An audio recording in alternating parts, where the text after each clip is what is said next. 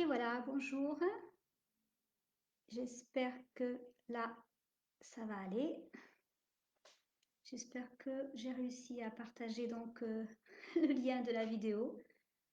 Je vais attendre un petit peu, voir la confirmation et après on pourra avancer.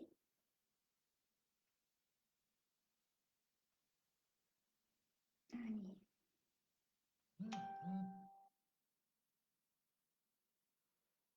Allez, besoin de confirmer.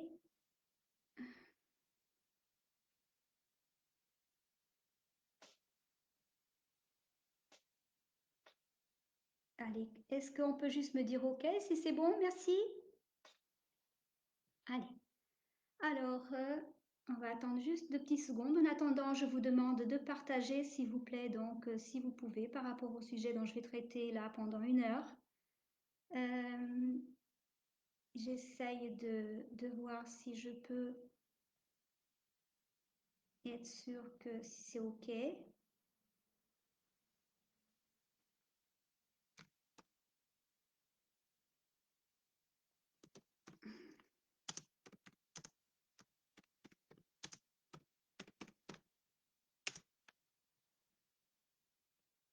Bon, alors, bonjour à tous. Merci Laure de me confirmer que c'est OK.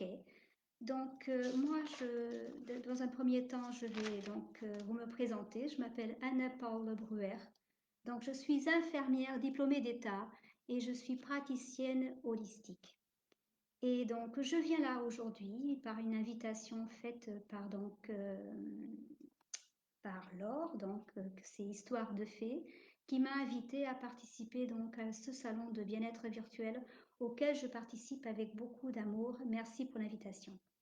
Alors moi, je viens vous parler d'un thème qui me semble important en ce moment, d'où le titre de ma conférence, Par ces temps de coronavirus, comment fortifier son système immunitaire.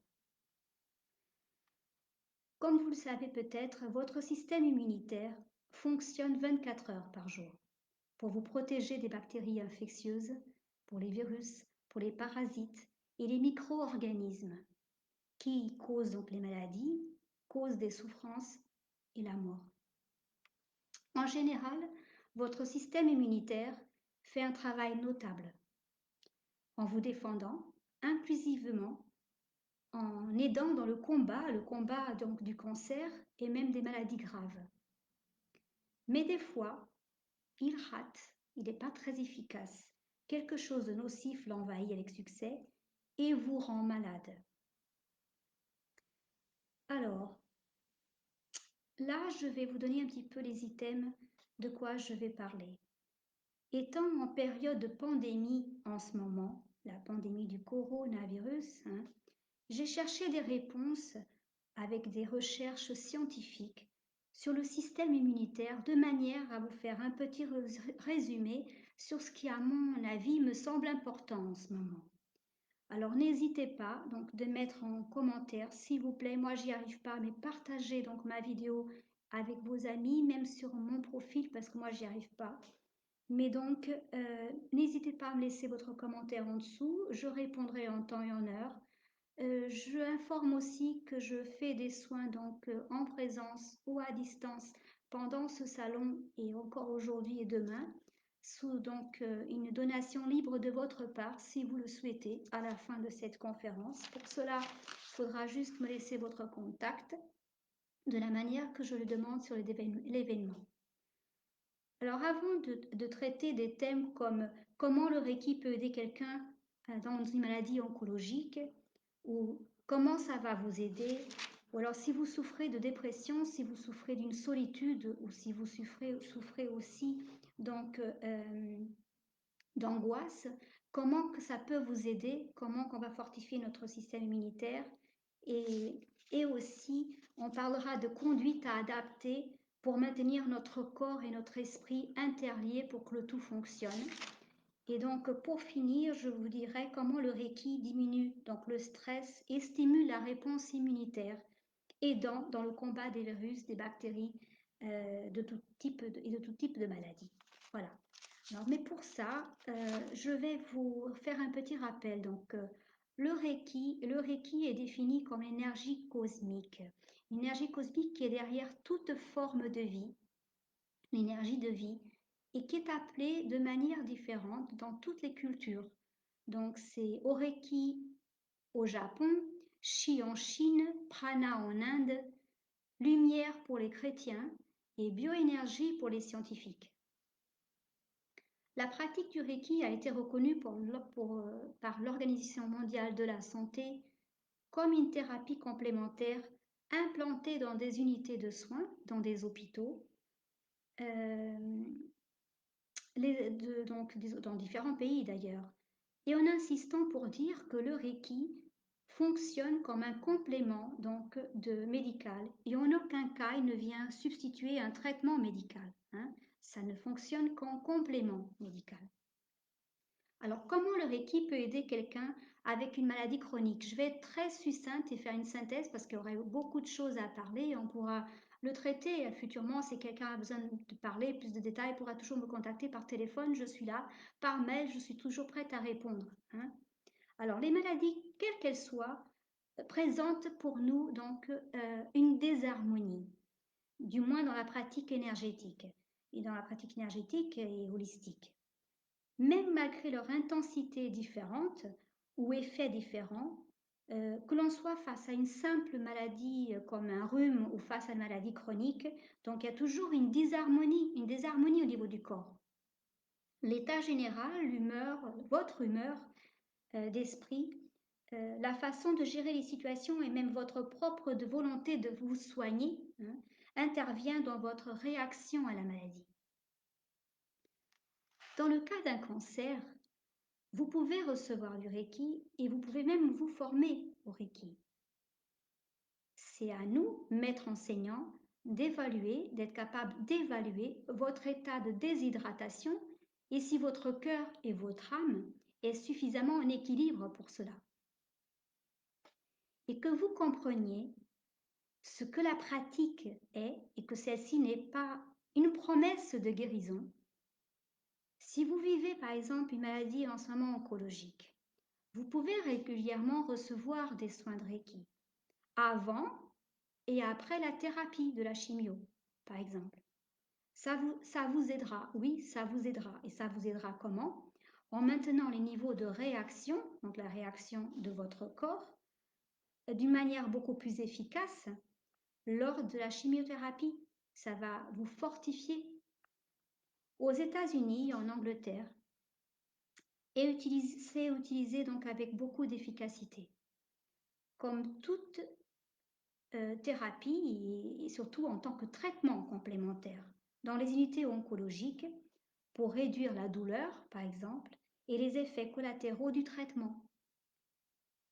L'objectif principal du Reiki est la guérison, de façon à ce que le patient se sente bien. Au niveau de la technique, par exemple, dans ces cas-là, en cas oncologique, on place les mains légèrement sur la zone du cancer. Le patient sent comme une amélioration graduelle au fur et à mesure des sessions, suivie d'un état de relaxation très profond. Et le soulagement de la douleur va se vérifier tout au long et plus longtemps au fur et à mesure des séances. Si vous avez subi une chirurgie, par exemple, le Reiki aide dans le processus de cicatrisation. Il va éliminer ce qu'on appelle les effets collatéraux de l'anesthésie et va augmenter aussi ce qu'on appelle le niveau d'énergie du patient.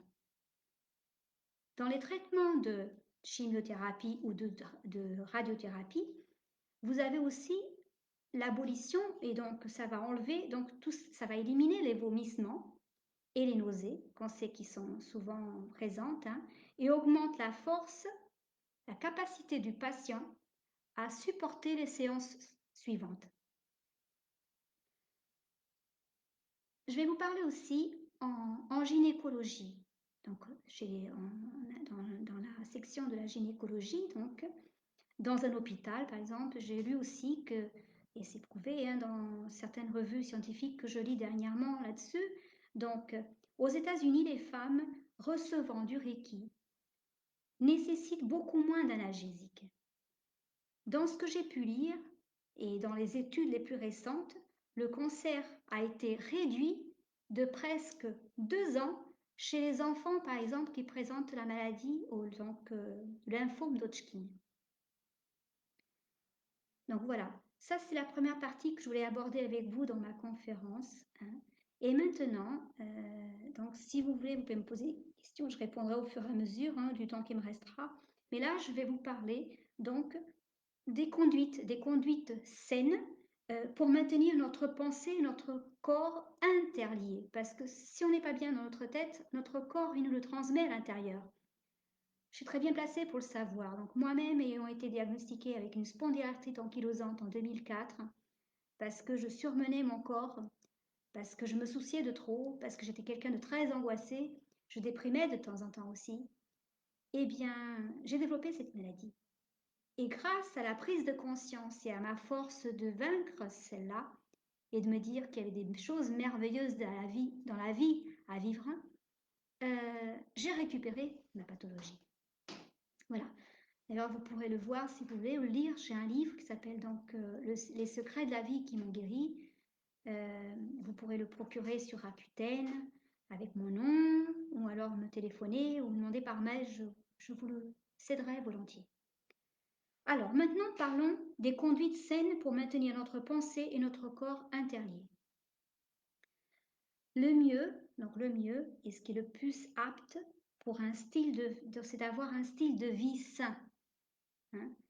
Alors, comment ça? On va suivre les règles générales qu'on nous a apprises depuis l'école, hein, c'est-à-dire que pour avoir une bonne santé, le mieux, c'est de maintenir naturellement notre système immunitaire fort et sain, nous protégeant des attaques ambientales, donc de tout ce qui est extérieur, comme par exemple, eh bien, c'est dur ce que je vais dire, mais c'est ne pas fumer, faire une diète riche en fruits et légumes, faire de l'exercice régulièrement, maintenir un poids équilibré, c'est important aussi, consommer des boissons alcooliques avec modération.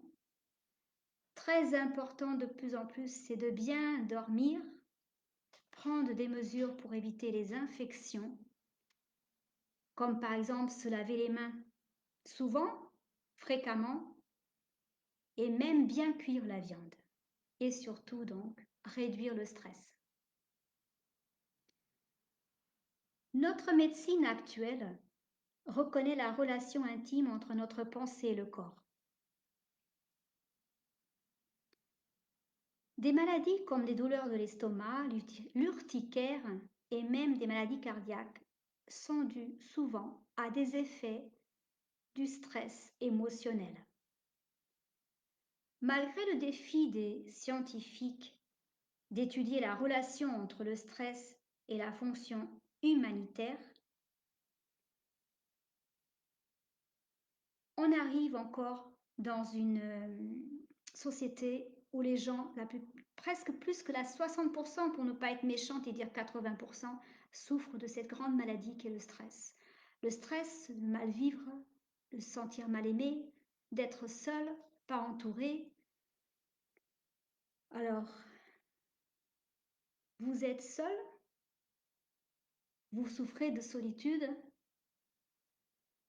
vous vous sentez déprimé.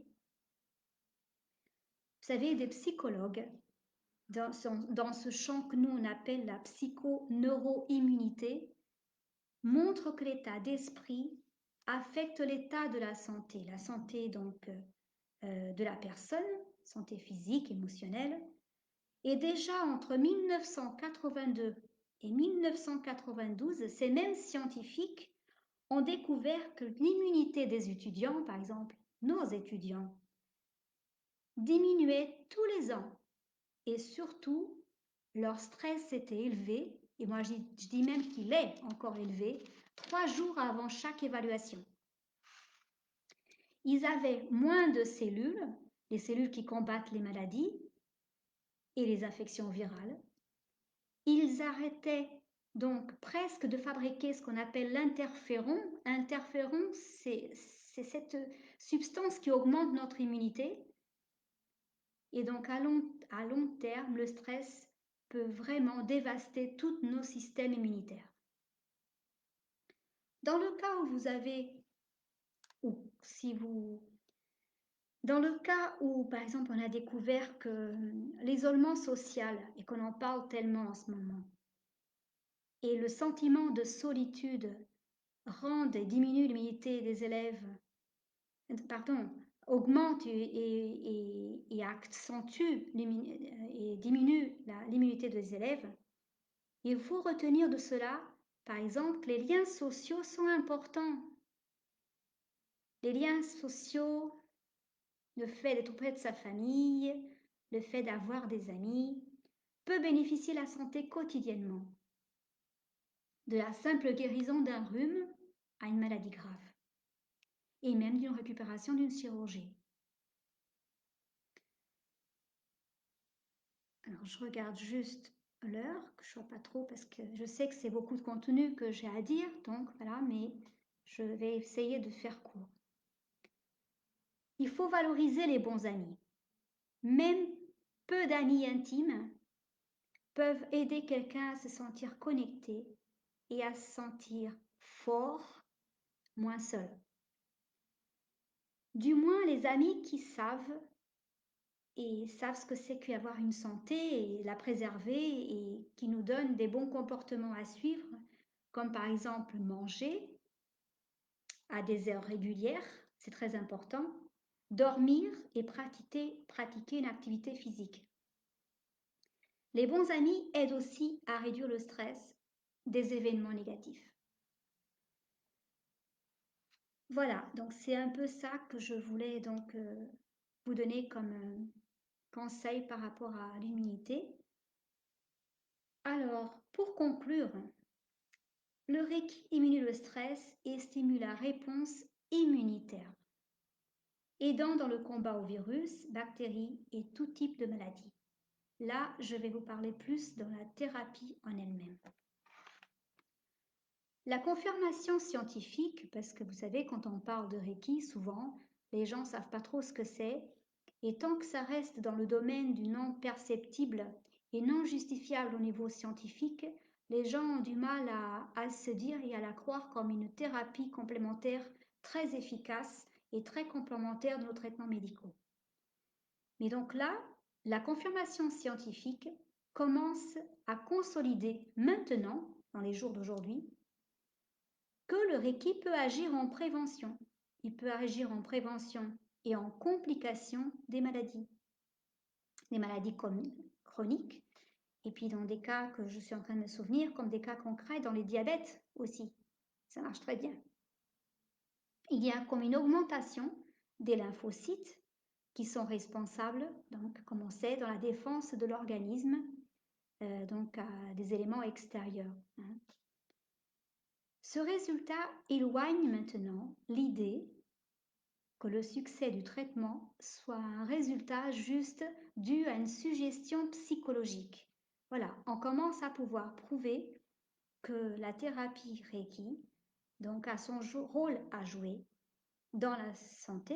De toute façon, pour qu'elle soit reconnue par l'Organisation mondiale de la santé, l'OMS, c'est qu'elle a toujours eu sa place. Voilà, donc un petit peu. Et pour en finir, du point de vue physique, donc l'être humain est constitué d'énergie. Alors, ce qu'on peut observer dans un électrocardiogramme seulement, quand on fait un électrocardiogramme qui mesure la fonction électrique du cœur, eh bien cela permet de dire que le corps humain est constitué d'énergie. Les dernières études visent à prouver scientifiquement que le Reiki donc, a vraiment son rôle à jouer dans le système immunitaire. Tous ont constaté une sensation de bien-être, de diminution des symptômes en relation avec le stress et le relâchement. Il y a même des travaux, des études en cours dans le traitement de l'anxiété, dans la dépression, dans les phobies, où le Reiki est utilisé en traitement complémentaire. Voilà, donc moi, c'est ce que je voulais vous parler sur comment qu'on pouvait donc fortifier notre système immunitaire. Je pense que maintenant que je vous ai présenté, je pense de mon point de vue, ce que j'avais à vous dire, je vais me laisser un petit peu de temps pour que les gens me posent des questions, si vous voulez, hein, parce que là, je n'arrive pas à avoir de commentaires sur sur mon direct en direct. Je vais essayer de voir si j'arrive à partager et à avoir des questions, des discussions. Du moins, je suis sur discussion, voilà, pour voir si ça marche. Voilà. N'hésitez pas à m'envoyer des commentaires que je réponde. Euh, mais donc, il m'a semblé important de traiter ce thème-là pendant ce salon parce que, étant donné qu'on est justement dans une pandémie, hein, comme on dit, et je trouve personnellement qu'on manque d'informations dans les médias par rapport au fait de comment qu'on peut fortifier notre système immunitaire. On est plus soucié à savoir comment nous isoler comment nous isoler des gens, de la société, comment nous isoler de tout, hein, de la vie tout simplement, alors que de nos jours commence à être prouvé que ce qui provoque les maladies, c'est justement cet isolement social, c'est cette société de consommation qu'on a autour de nous, c'est le fait de justement de ne pas vivre, hein. Je repense à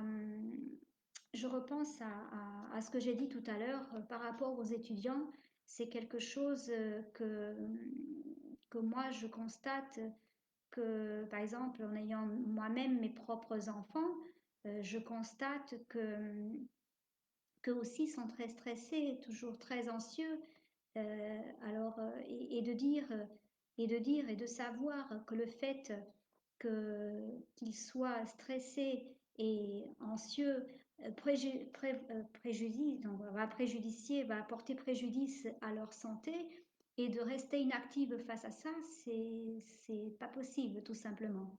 Alors notre rôle à nous, pas seulement en tant que praticien, pas seulement en tant que thérapeute, mais aussi en tant que parent, c'est déjà de leur montrer l'exemple, nous, de par nos actions dans la vie, de par notre alimentation, de par le respect de notre corps humain, de comment qu'on s'occupe de nous, de notre temple, parce que donc notre corps est notre temple. Nous avons donc un esprit, une âme dans notre propre corps, hein, et donc il faut s'en occuper. Et comment faire cela? Donc en s'occupant donc déjà de ce qu'on ingère, de ce qu'on mange, manger le plus sainement possible, s'hydrater donc d'eau, hein, comme il faut. Et puis donc aussi au niveau de notre temple encore, il y a le fait de lui donner du repos suffisamment, donc de par le sommeil, d'avoir donc une vie plus saine et à respecter les heures de sommeil. Moi, je vois par exemple autour de moi, hein, c'est très mauvais, euh, les heures qui ne sont pas respectées, les enfants qui sont toujours stressés, toujours en train de courir parce qu'ils ont plein de choses à faire, parce qu'on leur demande de plus en plus, mais on va vers un monde de folie en faisant cela. Voilà. Donc c'est aussi à nous d'écrire, de dire, de parler et d'enseigner donc à ces enfants, à nos enfants, que la vie, c'est pas ça. La vie, c'est pas courir. La vie, c'est pas donner des choses faites aux autres. La vie, c'est profiter de ce que la vie a nous donné, justement. C'est de pouvoir se dire tous les matins en se levant, je suis en vie, je remercie d'être en vie, je suis en santé, par exemple. Quand je ne suis pas, c'est préserver ce qu'on a encore. C'est se dire, d'accord, bon, bah, j'ai ces problèmes de santé-là, mais maintenant, je vais en prendre conscience, je vais savoir comment faire et comment m'en occuper pour minimiser donc, les effets de ce problème si je l'ai déjà, et pour que ce problème n'avance pas. Voilà. Et je vais être suffisamment fort dans mon intérieur pour faire face donc à cette situation-là que je vis. Et quand je ne suis pas suffisamment fort ou forte, il faut être entouré, même si ce n'est que d'un seul ami, un seul ami intime. Souvent suffit, savez, d'avoir cette voix amie qui vous dit, qui vous conseille, mais qui vous conseille non pas en disant «Oh mon pauvre, tu vas mourir» ou «Oh mon pauvre, tu n'es pas bien», «Ah bah tu sais quoi, bah oui, tu as raison, allez, dors pas trop». Non, non, il faut avoir faut que ce soit un ami, quelqu'un d'intime qui vous dise «Écoute, il est important d'avoir des horaires de petit déjeuner, de repas du midi, de goûter le soir. Il est important que lorsque ton corps il t'envoie des signes, que tu sois fatigué ou que tu aies un peu le ras-le-bol face à certaines situations, que tu t'allonges, que tu te couches, que tu prennes du temps pour toi, que tu changes ton comportement de vie pour pouvoir donc être bien. Hein. Voilà, ça c'est très important. Alors, j'ai Sylvie Ballester qui me demande le deuxième degré impossible de faire l'autotraitement. Je bloque et ce depuis le décès de mon neveu. Ah, oui, d'accord.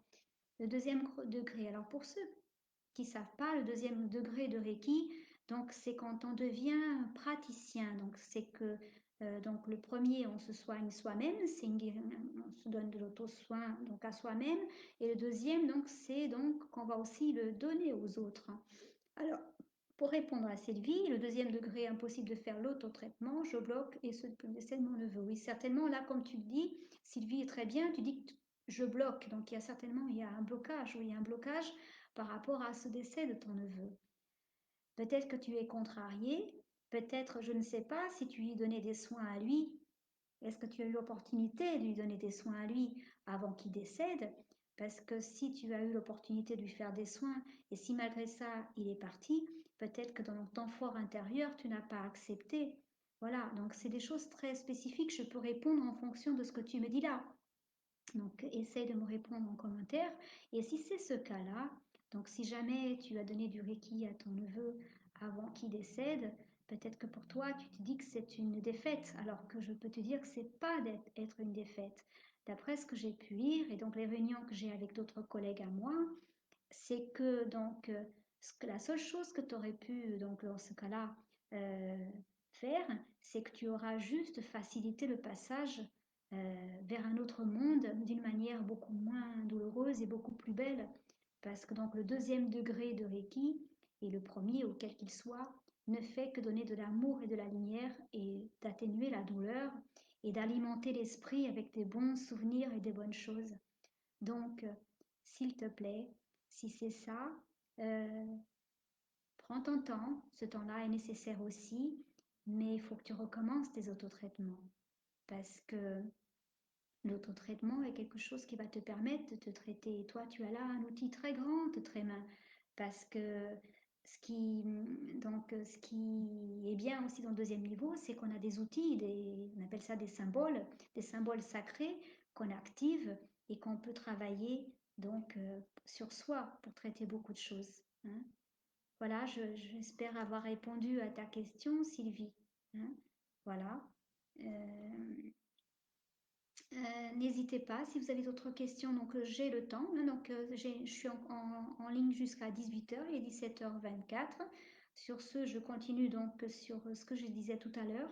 Mais je suis prête à répondre à d'autres questions, même si ça n'a pas en rapport, évidemment, avec la conférence d'aujourd'hui.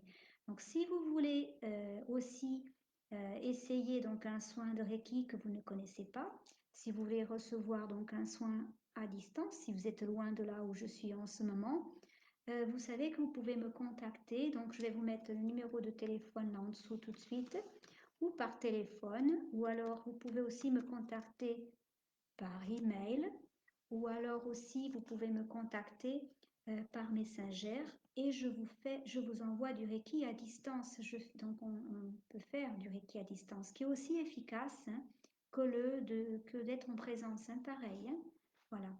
Alors pour l'instant, je ne vois pas d'autres questions. Hein, j'en ai qu'une seule de Sylvie.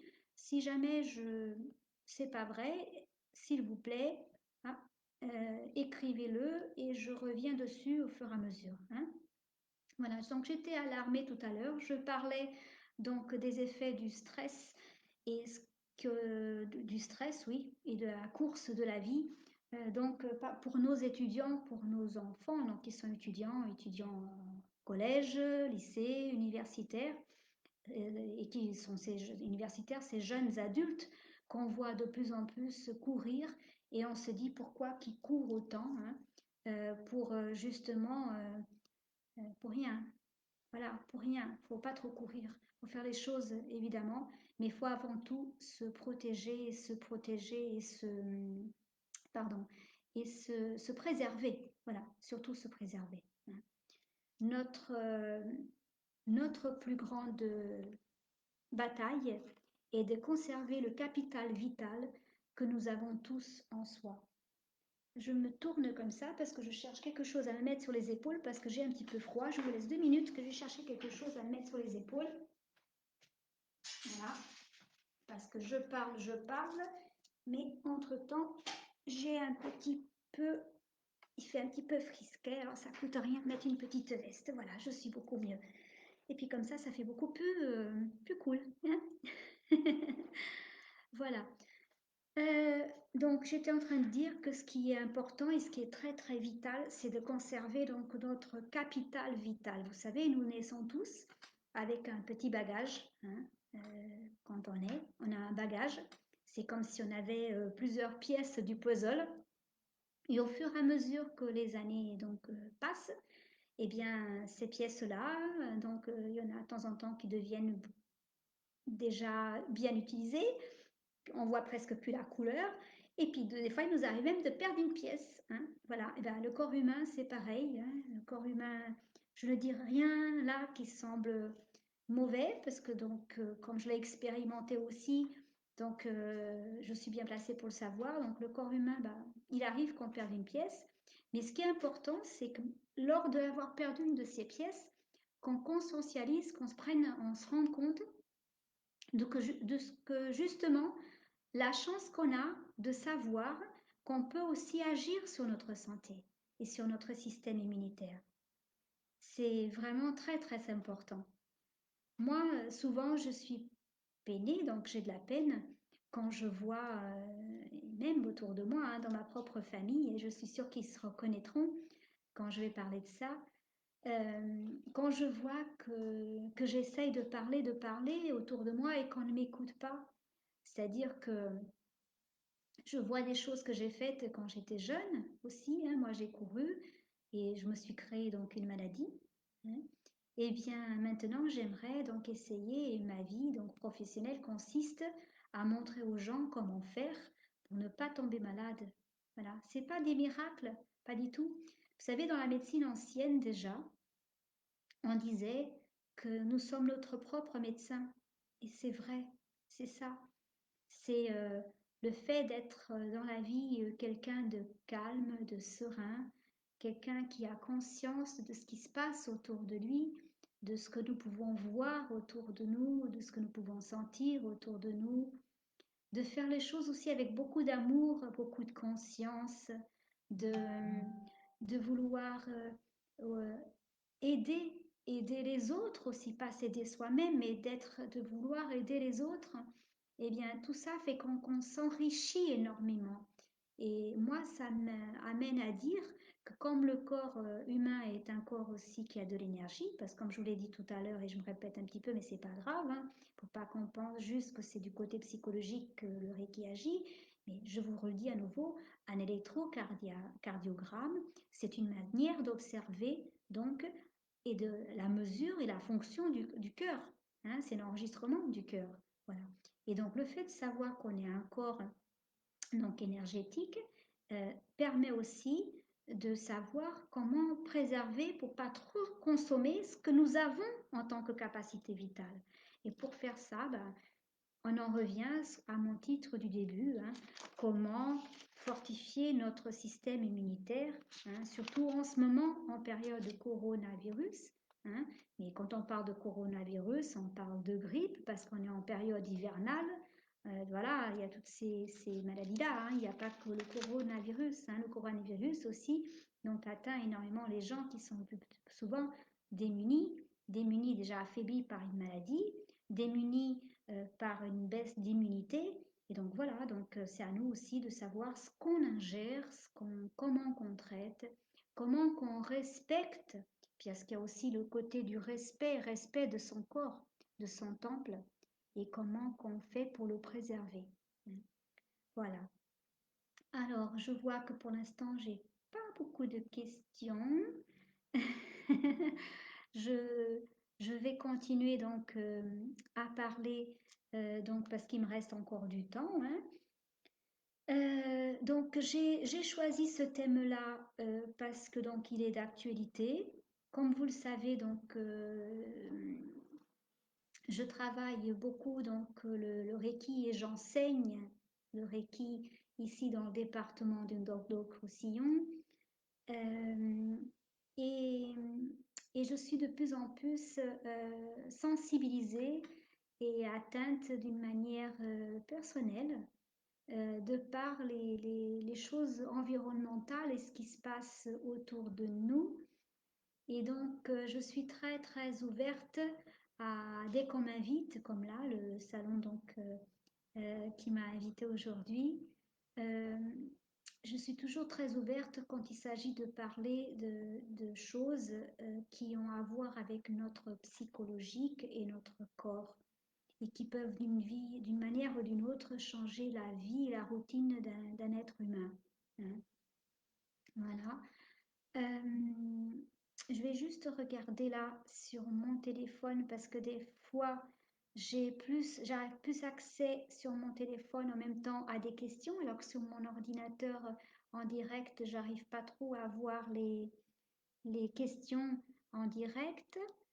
Euh, voilà, je vais regarder. Donc n'hésitez pas, hein, s'il vous plaît, si vous avez besoin d'informations par rapport donc à ce que je viens de dire là, ou même par rapport à une autre situation, que je puisse être donc utile, n'hésitez pas à me le dire, hein.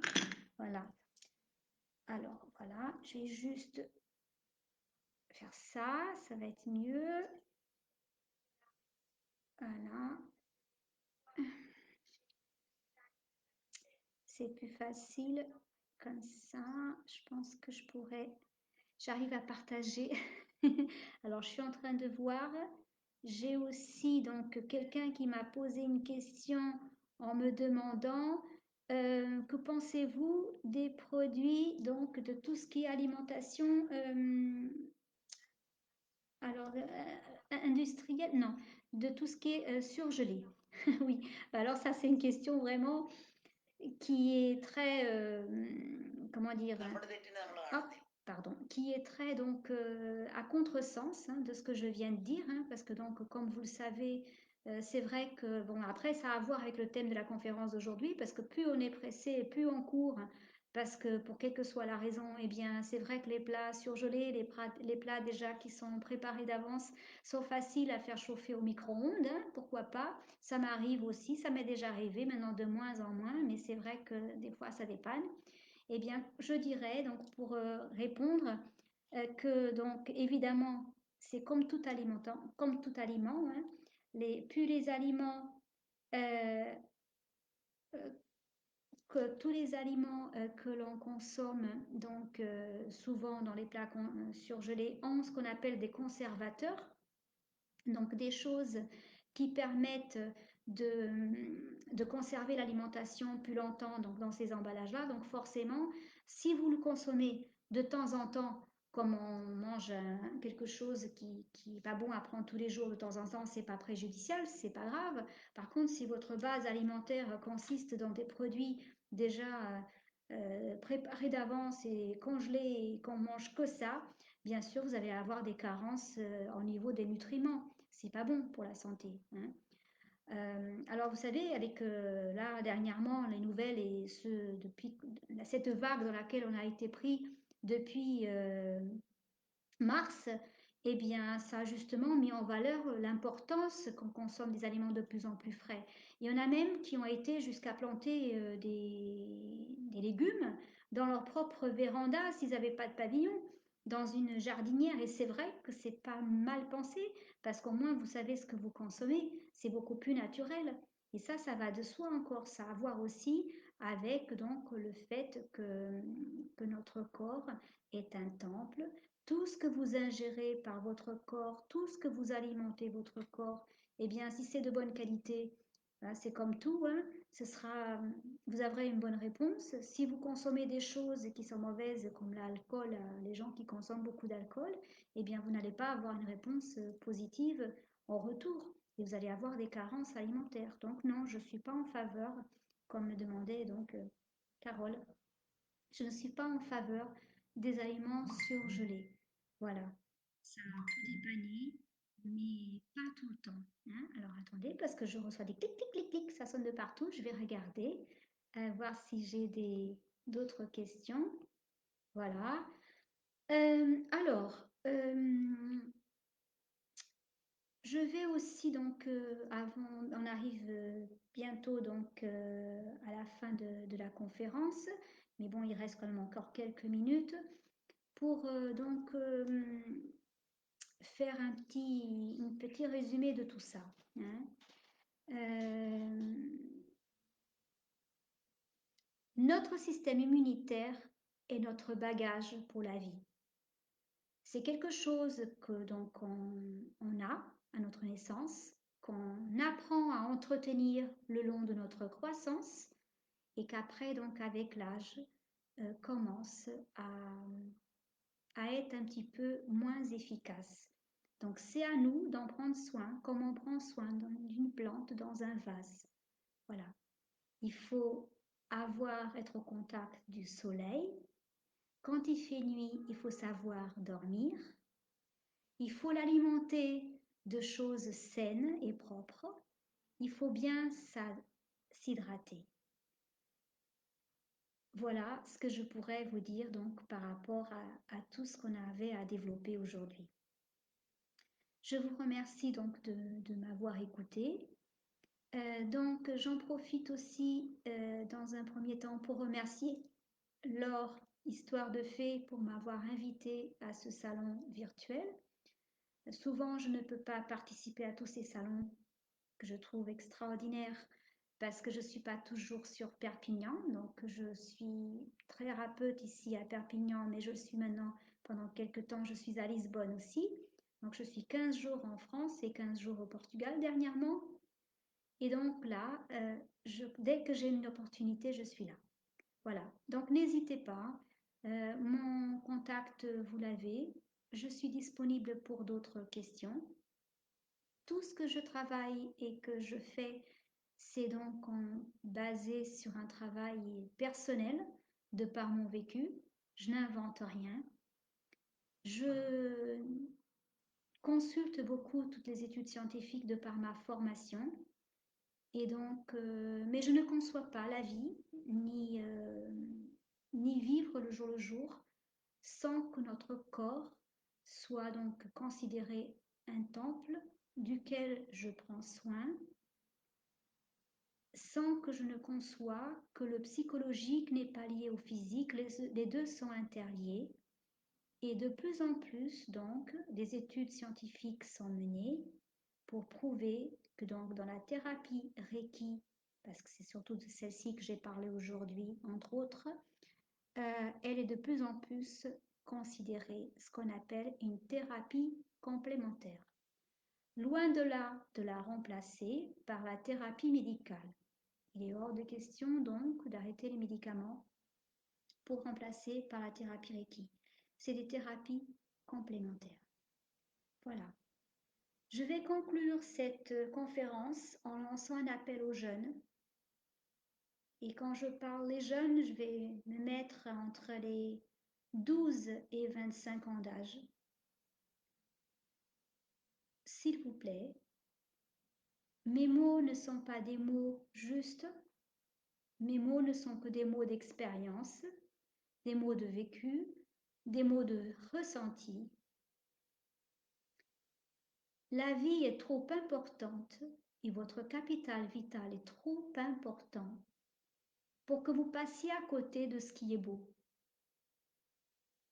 Nous pouvons tous avoir une activité professionnelle, nous pouvons tous avoir des problèmes dans la vie, mais ce qui est vraiment important, c'est de faire ce qu'on aime, c'est d'être entouré d'amis. Je sais que de nos jours, ce qui peut vous sauver beaucoup, vous les jeunes, c'est le fait d'avoir ce qu'on appelle un ami virtuel et d'être connecté parce qu'au moins ça vous aide à vous échapper. Mais s'il vous plaît, sortez, faites-vous des vrais amis, des amis qui vous conseillent sur votre système donc d'hygiène de vie, d'hygiène de vivre, des amis qui soient vraiment là, parce que c'est ça qui donc vous aidera dans votre vie de tous les jours. Réveillez-vous suffisamment à temps pour savoir qu'il faut que vous dormiez à des heures régulières, même si vous n'avez pas le temps de terminer le travail que vous avez à faire après. Parce qu'une fois que la maladie est là, qu'elle est installée, croyez-moi que c'est beaucoup plus difficile à gérer. Donc, privilégiez le sommeil, privilégiez votre alimentation et privilégiez donc le respect de votre vie actuelle. Merci, je vous souhaite une bonne fin de soirée à tous. C'était donc Anne-Paule Bruer depuis Toulouse pour vous et je vous dis à très bientôt. Bonne soirée.